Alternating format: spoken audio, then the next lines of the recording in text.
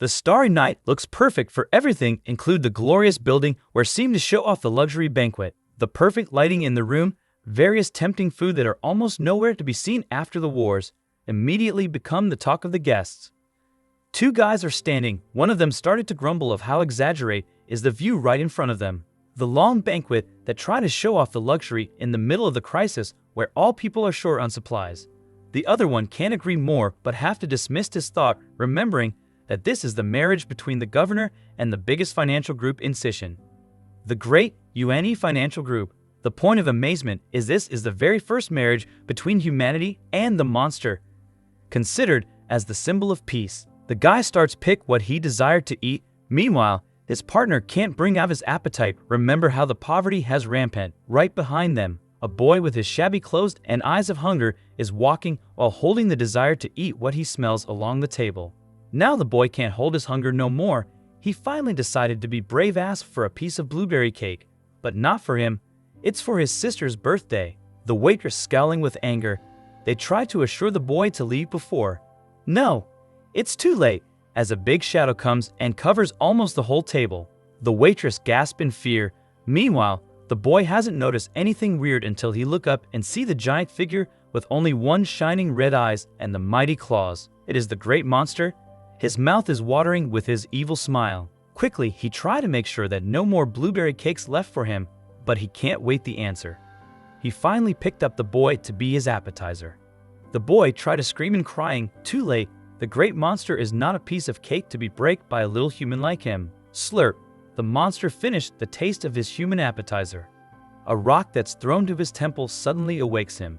Everyone become in tension while looking at a little girl who did it, who turns out is the little sister the boy told about. The birthday girl asks for his brother back. The great monster is looking towards the girl in greedy. He is walking closer to her, and the guests scattered, not trying to implicate. His big lips are almost as the size of that girl, the blood still wet enough on the side of his mouth, and teasingly he tells how tasty was the boy. The little girl is shaking in fear. Her tears run over her face, and she can't even move a bit. She knows this is the real danger. Meanwhile, in the secret hall, that's President Jin of Jinchi Financial Group, expressing his gratitude for the rebuilding in the city after the Great War. He knows exactly how to take a space in the governor's eyes until the position president in Sishin Reserve Bank is finally offered to him. The governor sits straight on his throne, with that beautiful lady in white with the veil on her head, a sign that she's the bride of the ceremony. Her eyes match her hair and everything. The governor, indeed, has a taste despite that he's a monster with those shiny fangs. Everyone starts discussing in their lowest voice the fact that Yuan Jia, the daughter of the president, is willing to be married off to the governor is a green light for the unlimited luck for the group. They still can't deny that the bride looks contrast to the groom, who is the leader of the nation but a monster. The bride's sudden claps awaking everyone. Her cunning smile with sly eyes compliment her confidence while walking down the stairs. The honored guest, startled knowing that Yuan Jia is commanding the Special Hunters unit to block off all exits. The rebel army's leader is hiding among guests, she said, and he is the target of the hunters now. The anxiety is showing clearly among the guests. Skeptical, they think Yuan Jia has made them the bait for the rebels' army. It's too dangerous to stay in close radius with the rebels. The hunters, with their sharp appearance, explicit look with their uniform, and the sword is sheathed neatly on the side of the waist, are giving their words to guarantee the safety of the guests today, supporting the ideas of the governor's bride. Something out of nowhere is breaking the air, move fast like a lightning, while splashing something fresh all over the guests, no other than blood. Now the guy in his red blazers stand right in across Yuan Jia, no fear detected on his face. Proudly showing the great monster's head that he has just cut off from the banquet hall, he tries to brag about that as a present for the wedding. Honored guests are streaked, but cannot hide the wonder realizing the young guy has just killed the big figure that has just ate alive an innocent kid. He's indeed a crazy stupid. Yuan Jia not even shake. Her steps keep on steady, and one by one step she come closer in distance and confirmed that he's face to face with Zuo Chi, the rank wanted criminal. Now she needs to take care of him and also the rebel army, unplanned. Her sharp eyes noticing that Zuo Chi will be the perfect gift for the groom. Her blood is running cold along the veins, while telling bluntly about hunters that she was just sent to the martial arts center as bait to draw him out. She is expecting the people in martial arts center been massacred by now. Zuo Chi looks relaxed and bothered by nothing at all, even though Yuan has tried to tempt him. His impolite smile tried to tease Yuan Jia that his people in the martial arts center would have died if they're indeed trash. Now Yuan Jia's patience has shifted a bit, nothing she could do to hold a bit longer. With one command, the hunters are moving quickly, try to catch Zuo Chi. Their sharp swords are sparkling, try to catch Zuo Chi's body. Zuo Chi is in his sawbuck, his sharp fingers are ready, and just in split seconds, all the hunters are finished by him, bare hands, no swords. Yuan Jia is standing paralyzed, not believing what she just witnessed. Shivers down her spine. She's not moving at all and face down in shame until the rank criminal walked past her. I decided that he doesn't kill women. She tried to build her pride again, tried threatening Zuo Chi that he'll regret for not killing her. Zuo is at his limit, a powerful fist towards the bride, sent her body breaking the wall easily. No regret, he continued to seek for the groom. That groom jumped and landed right in front of Zuo Chi, noticing the chaos that he has done to the special wedding. Somehow the governor is also in awe of the power of that ordinary human for the mess he has created bare hands. Zuo Chi is standing in his confident, he has gained more of it after finished all of the hunters. Now he's gathering all his power, throwing his fist towards his enemy to show the greatness of his martial arts. Governor's slight laugh and insult that the fist was not the best martial art, unlike the story told by his comrades about a world where martial arts reign supreme. He's holding back Zuo Chi's fist easily with his beast hand and still confidently holding it back. Zuo Chi slightly smiled, clearly a signal that he's planning something. It's the time for him to transform into his other creature. Golden Belt 18th layer. His fist turns stronger and flaming like fire, pushes the monster's hand a bit. Iron Shift 12th layer. Sharp curved swords are popping out on his arms, with big muscles and thick veins, also the iron skin all over his body. His fingers show off sharp iron nails ready to fight. Zuo Chi stands in his confidence. The bold feeling has piling up. He's relaxed and ready to take his enemy down. He runs forward. His iron hands easily grab the governor. With unbelievable great power, he pushes the beast to the wall, cracking it. In his loss, Governor's wondering what is this creature that pushed him to the wall? Zuo Chi smiles satisfyingly, disparaging the carnivore monster that he has just taken down and presenting himself as a mortal creature. He has successfully using the 5 Ti towards Yuan technique, condensed the great drug, surpassing the limits of the human race, and now become a true immortal. Going back to the frightening nights years ago in Martial World, where humanity had to jump into the battle with the otherworldly monsters, no one could really tell what kind of monsters will be sent into the war. The humans were still fight in their persistence despite of the promiscuous condition in the war, where many has lost their lives.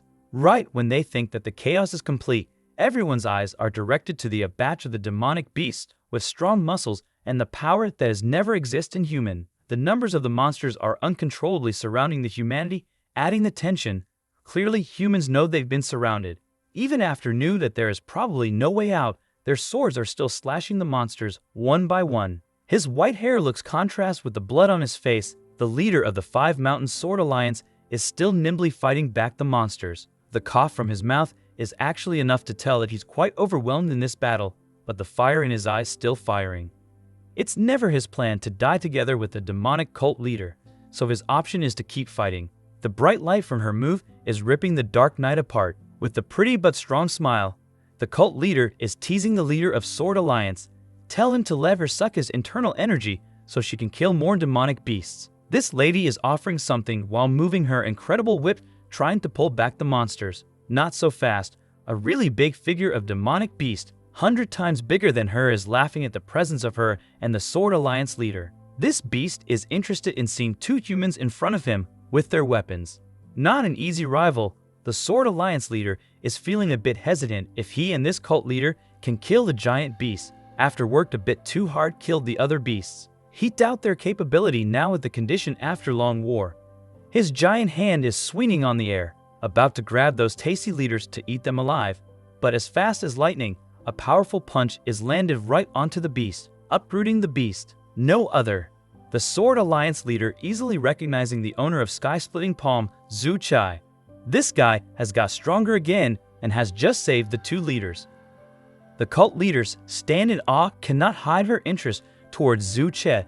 teasing him to dual cultivate with her to have a strongest kid in martial art history. That lady fixed her appearance and her pose, but not enough to make Zuo Chi interested in her. The Sword Alliance leader is still on fire. Now with Zuo Chi on their side, it will be enough booster to get away from the demonic beasts. That's of course not the same idea in Zuo Chi's mind. He has a target in this battle. Taking down Heavenly Sword Sect Qin Yuan, the sword leader knows for sure Zuo Chi's target. He is just wondering if Zuo is serious about killing the world's #1 expert while they are in the chaos of other monsters. Zuo can't help his urge to find his target and walk away, leaving the old man and the lady who are staring at him from distance. There's Zuo Chi's jumping, breaking the chaos, crashing monsters after monsters, try to get his target. Everyone's in the battle. One by one humanity has been taken down. Among the war, a guy in white cloak is staring to another life taken by a demonic beast. The victim was brutally stabbed with that sharp and giant tentacle comes from a beast that easily breaking his chest and pulling his up to the air. Qin Yuan, the betrayer, is standing there, questioned by the dying man about his betrayal. His eyes are cold, with no compassion or guilt, watching humans destroyed by the evil power army. He seems empty, no excitement nor sadness, even surrounded by slaughter. Someone quickly catches attention. Zuo Chi has landed with his powerful fist onto the ground, breaking the emptiness of Qin Yuan. Qin Yuan knows this is the right time for him to finally fight, and he is the only match opponent. Now that he has moved the two-faced monster who is there always to protect him, he can finally face Zuo Chi. Now the two incredible fighters are face to face in the dusty battlefield, where the smell of fresh blood is still attached well to the air. It's always a question for Zuo Chi of why Qin Yuan betrayed humanity and be one with the demonic beasts. This is the time that turns out Qin Yuan is doing that for the peak of martial Dao. There's something that Qin Yuan finally revealed about his transformation ceremony. After trying to reach the peak of martial Dao to be immortal, he learned a lot that the comrades who are die on this war has never cared a bit about him. The goal of them is use the martial art for money, power, and honor. He seems know a lot about the potential in Zuo Chi, making him offer Zuo Chi to join him. Qin Yuan, who has been trying all things, including the betrayal to reach the martial Dao, finally opened his mind that the immortality has never existed, but he has a choice to cultivate and transform into the demonic beasts. And in this case, Zuo Chi is the right person to join him in the transformation. That man with powerful palms has higher potential than Qin Yuan. He can't deny it. There were too many lives taken in this battle. The sacrificing in this battles is no joke. The price has been paid, and the ceremony is just to be activated at the very moment when these two fighters are facing each other. Qin Yuan has affirmed himself. Zuo Chi is qualified for this transformation with him. Even it means that Zuo Chi will be having half of the energy upon transforming. Even they have different background, where Qin Yuan is born from the Heavenly Sword Sect that will only have one successor in each of their generation, while Zuo is coming from an underworld gang. Zuo is often called as beggar, but he then obtained martial arts. Even the two-faced monsters is assuring Zuo to take Qin's offer to join him transforming, but Zuo has came to his decision. He will not be a betrayal and transforming as demonic beast. Now he will need to fight Qin Yuan before he can even transform. Zuo is flaring in his body. There's no time for him. Now it's time to fight Qin Yuan, who is ready with his mighty sword, flaming in light. It's Heavenly Sword. Qin Yuan doesn't waste any time. He's showing the Thousand Shadows of the Heavenly Sword right when Zuo is striking. It seems that the Thousand Shadows Heavenly Sword is not entertaining Zuo enough. Now that Qin has failed his first attempt, Zuo is ready with his sky-splitting palm.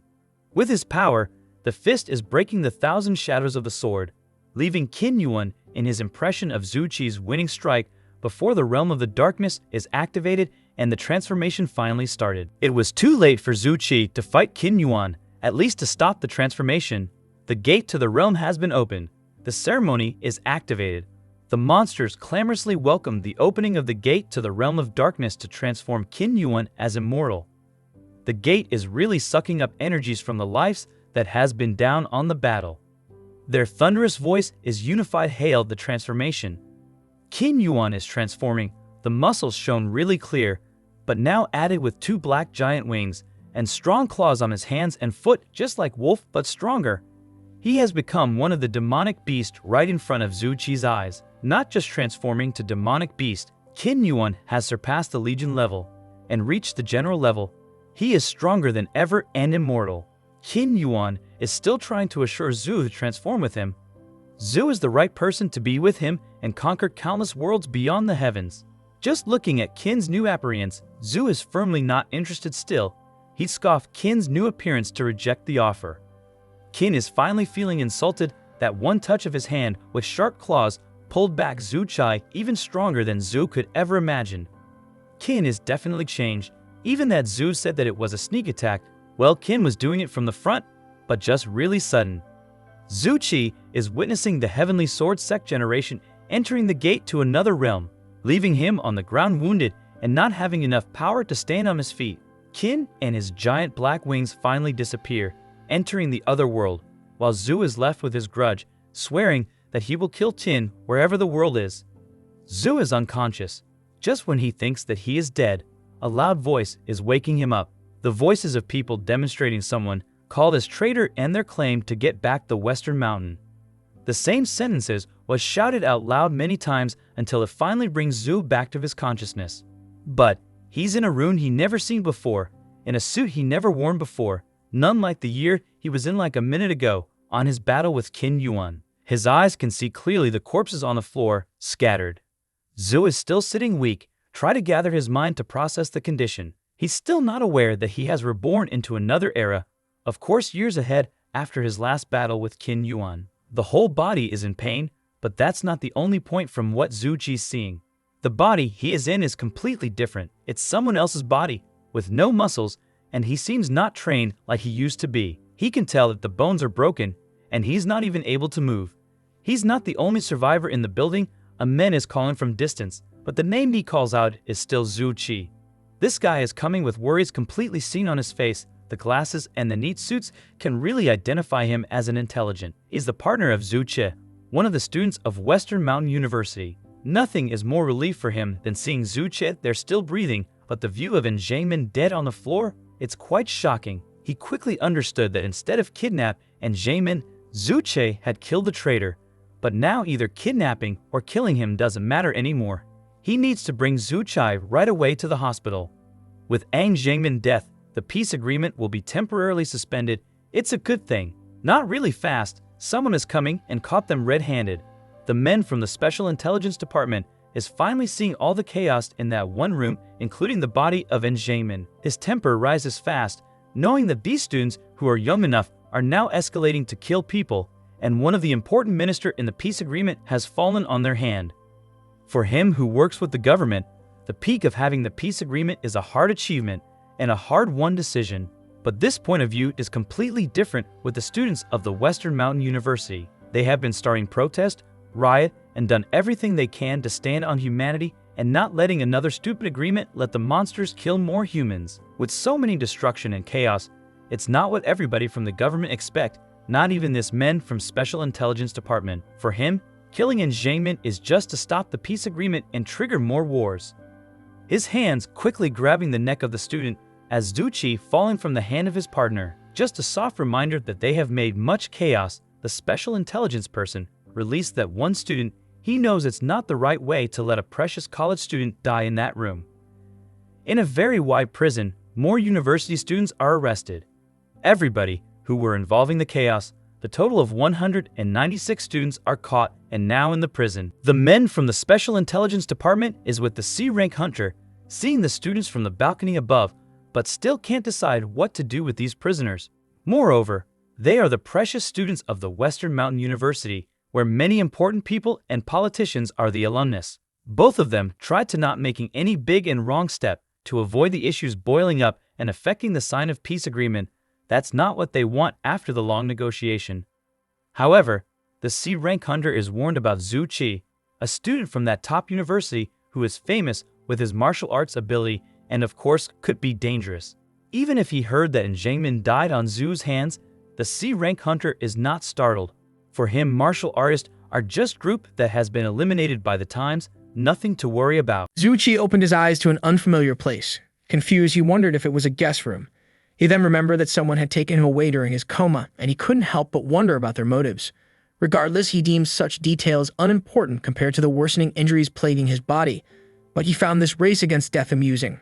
He knew that if he couldn't cultivate his Kai as soon as possible and stabilize his injuries, he was going to die. Reflecting on his previous life born into poverty, he recalled practicing unconventional martial arts techniques in his youth. The lack of a solid foundation in his initial cultivation hindered his progress, and this minor shortcoming seriously slowed down the advancement of his subsequent cultivation. Just as the height of a building and the difficulty of its construction depend on the quality of its foundation. But now he had a chance to do it again. There were many cultivation techniques in his mind, and coupled with decades of practice experience, it was just a matter of time before he surpassed his past self. After some thinking, he deemed the pure yang technique as the perfect cultivation technique for this body. In a matter of breaths, he successfully extracted the true chi of the pure yang technique.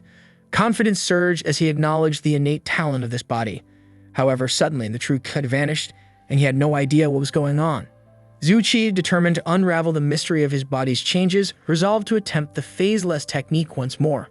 Through experimenting with various techniques like innate Qigong, the Jade Heart Sutra, the Great Prajna Nirvana Dharma, and Kundalini Yoga, he discovered that all cultivated Chi inexplicably vanished. But he refused to believe that his body couldn't cultivate because if that were true, he should have died long ago. On the contrary, he could feel the wounds on his body healing themselves. A smile graced his face as he contemplated the possibility that the recently cultivated Qi might be absorbed by his body, and he could sense that his body was undergoing wonderful changes. But his training was interrupted as Glasses Guy entered the room and expressed relief after seeing him awake. He cursed the people who had refused to provide Zuo Chi with medication and treatment, leaving him to die. He had only managed to clean and bandage his wounds, and he feared that Zuo Chi might not survive. Zuo Chi simply thanked him for helping and asked for his name. He promised to repay the favor sooner or later, and shocked, Glasses Guy revealed himself as Meng Guangxin, his classmate and best friend. He urged him not to make such jokes and asked if he had lost his mind.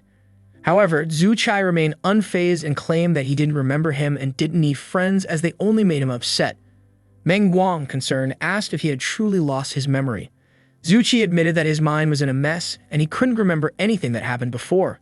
He then asked Meng Guang for clarification on his identity and the reason he was there. Meng Guang, realizing the extent of Zuo Chi's memory loss, began recounting the entire story. Zuo Chi nodded in comprehension as the details unfolded.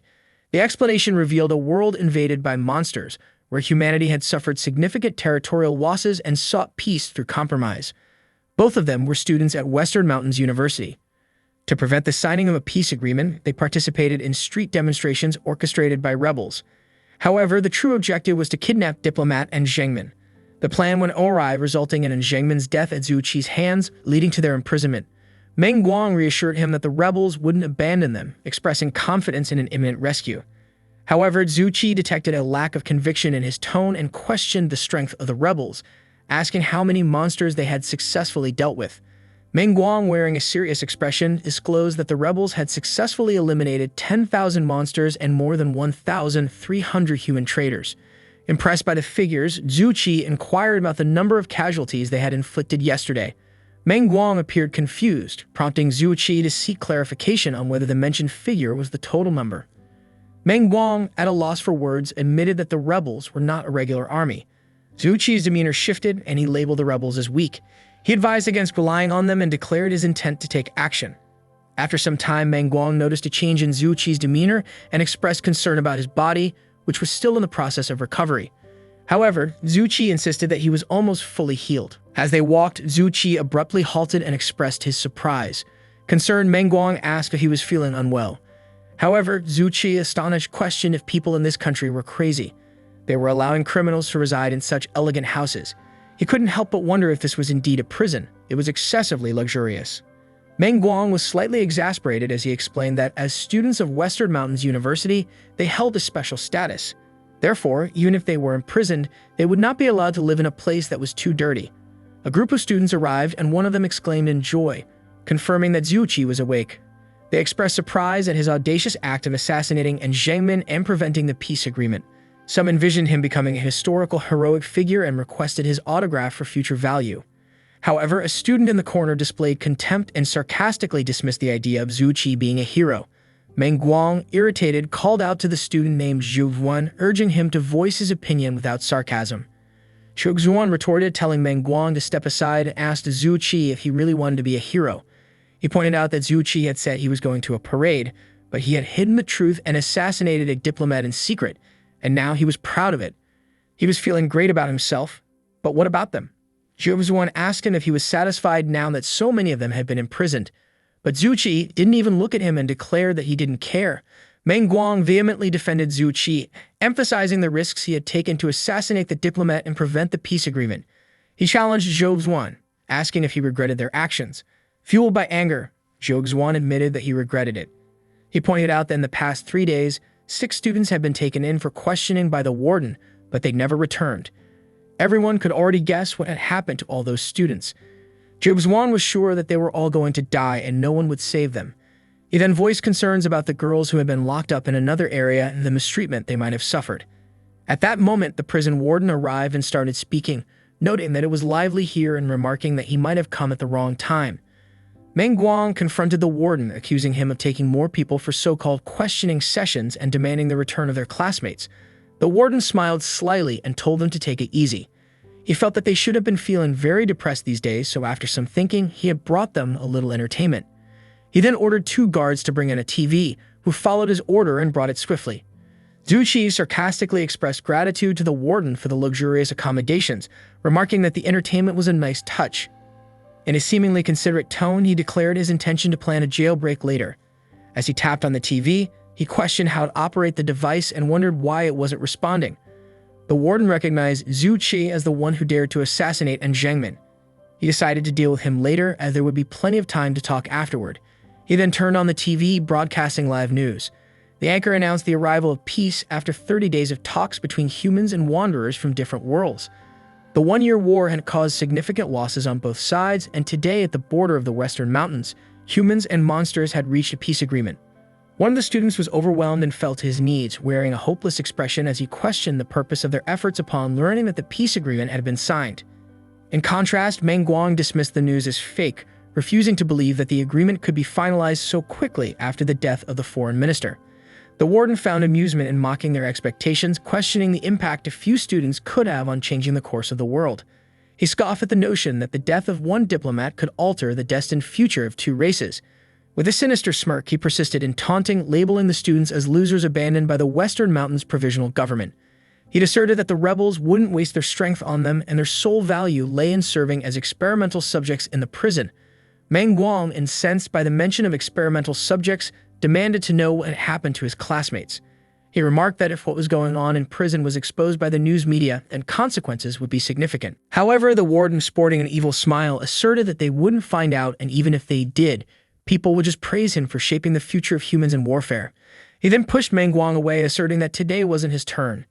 The experimental subject for the day was the great hero who had returned from the dead, Zuo Chi. Unfazed, Zuo Chi smiled at the warden and inquired if he had finished speaking. Finding the situation amusing, he dared the warden to entertain him further, cautioning that he might be compelled to escape otherwise. Manhwa, in frustration, slammed his hand against the wall and proclaimed that they couldn't wait any longer. He declared that the only ones who could save them were themselves, emphasizing the need to act as soon as possible. Zuo erupted in anger, questioning Manhwa's newfound heroism. He reminded him of their classmates' arrest 2 days earlier and criticized his inaction at that time. Manhwa defended himself, explaining that the situation had changed since the peace agreement was signed.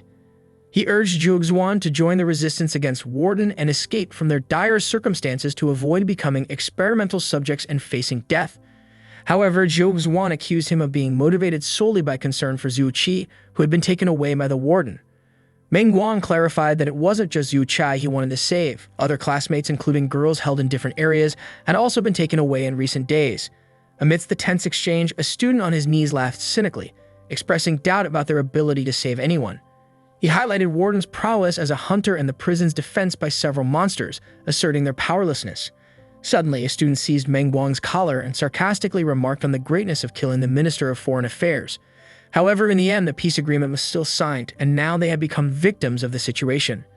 Zuo then declared his indifference to Zuo Chi's fate, even if he was being used as an experimental subject, and stated that he would never save him. In the prison laboratory, a doctor diligently noted on a notepad detailing adjustments to the experimental protocol. He mentioned a reduction in the catalyst dosage and the reformulation of Agent No. 4, marking the commencement of the 305th experiment at 2:10 p.m. A blonde girl, bound to a seat, expressed her distress as she questioned Sun Menju about her decision to work for them. Sun Menju responded with a chilling smile, stating that she would do anything for survival.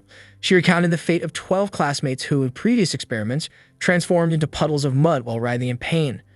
Rather than feeling fear, she found herself laughing at their demise. The blonde girl, desperate to reach her friend, insisted that this wasn't the real Sun Menju and implored her to wake up. She reminded her of their friendship, but Mengyu, with cold eyes, dismissed the notion. She asserted that they were never friends and confessed a deep-seated dislike for her rich girl behavior. Determined to proceed, she prepared to inject the blonde girl. As the syringe approached, the room filled with the harrowing screams of the blonde girl. Outside the lab, Zuo Chi was escorted in by the warden, his attention piqued by the piercing scream emanating from within. Unfazed, he casually mentioned that the scream was making him sleepy. He questioned the warden, asking if he had brought him there just to torture him with a bunch of nonsense. The warden assured him that he wouldn't be disappointed. He opened the lab door and welcomed him to witness the most exciting scene. Before them lay the unrecognizable form of the blonde girl, writhing in pain and pleading for help. Sun Menju, indifferent to the suffering, kicked her and expressed disdain for the repulsive transformation. The warden expressed pity for another failed experiment. The doctor explained that the concept behind Agent No. 4 was accurate. By reducing the catalyst, the experimental subject retained its form after death instead of turning into a pool of blood. Zuo Chi maintained a calm demeanor and questioned if this was what he wanted to show him. The transformation of humans into monsters. Prison warden, in a triumphant tone, agreed and emphasized that this was a discovery that could change the world. He proclaimed himself as the pioneer who would bring about this change. Zuo Chi expressed skepticism and stated that to him it seemed like he simply enjoyed killing people. The warden countered, explaining that the ultimate goal was to end the war between humans and monsters. According to his rationale, only when all humans transform into monsters could true peace prevail. He revealed that until now there had been only one successful record of a human transforming into a monster across countless conquered worlds. However, with the technological advancements in their world, the monster transformation experiment had made significant progress, even garnering the attention of a powerful being who was once human. Upon hearing this, Zuo Chi grew excited and questioned whether the monster who had relinquished its humanity was also present. The warden clarified that the power of these beings far exceeded that of a mere legion, making their current world unable to bear their might. Nevertheless, on the day of their arrival, pioneers like him would receive great praise. The warden then proclaimed that for his brilliant future, Zuo Chi, a great sinner who had assassinated the Minister of Foreign Affairs, would become a part of his achievements. Suddenly, a mysterious power enveloped Zuo Chi, rendering him immobile. The warden then handed Sun Menju a syringe and instructed her to administer the No. 4 agent to Zuo Chi. Curious to observe its effects on a martial artist, Sun Menju, hesitant and concerned for her safety, questioned the warden about the potential danger. She pointed out that Zuo Chi, being a martial artist, could kill her if she approached recklessly. With a wicked expression, the warden reassured her, expressing satisfaction with her service both in the morning and at night. Since she was such a useful tool, how could he be willing to let her die? He told her not to worry, as he had restricted Zuo Chi's movements with his mental power, asserting that he couldn't even move a finger. Zuo Chi acknowledged the utilization of mental power and inquired whether it stemmed from the prowess of a hunter, expressing his interest. The warden, wearing a sly smile, emphasized the substantial disparity between martial artists and hunters, encouraging Sun Menju to proceed with the administration of the agent. Sun Menju blamed him because it was his fault that all of his classmates had fallen into this predicament. She justified her actions by saying that she just wanted to live and pleaded for him to remain quiet and still. The warden, reveling in the spectacle, taunted Zuo Chi, questioning how it felt to be betrayed by a companion. He emphasized that martial artists who have been abandoned are more valuable when turned into monsters. Sun Menju swung the syringe toward Zuo Chi, bidding him farewell with a scornful remark. However, Zuo Chi maintained a calm demeanor and encouraged her to say it again. But before she could bid farewell once more, Zuo Chi swiftly grasped her hand and injected the syringe into her own neck. Sun Menju, shocked and frightened, pleaded with him to swiftly withdraw the syringe. Without hesitation, Zuo Chi injected the serum into her neck and questioned if this was how a syringe was used. Prison warden, taken aback, wondered what was going on, as he was sure that he had immobilized Zuo Chi with his power. Meanwhile, Sun Menju transformed into a monster and told warden that she was hungry. She then attacked the warden, but nimble on his feet, he managed to evade her assault. Unfortunately, the doctor was not as fortunate and fell prey to the monster's jaws. As the monster devoured the doctor, the prison warden heard Zuo Chi counting backward from 5 to 1. The warden turned to him in anger and demanded to know why he was counting. With a confident smile, Zuo Chi explained that he was counting down the time it would take for his injuries to fully recover. Seizing the opportunity, Zuo Chi grabbed prison warden's head and forcefully smashed it into the ground. With a decisive tone, he declared that now he could meet his end. Thank you, friends, for joining us on this exciting adventure in the world of Manhwa in today's Manhwa recap. So don't forget to hit the subscribe button so you don't miss out on every exciting episode.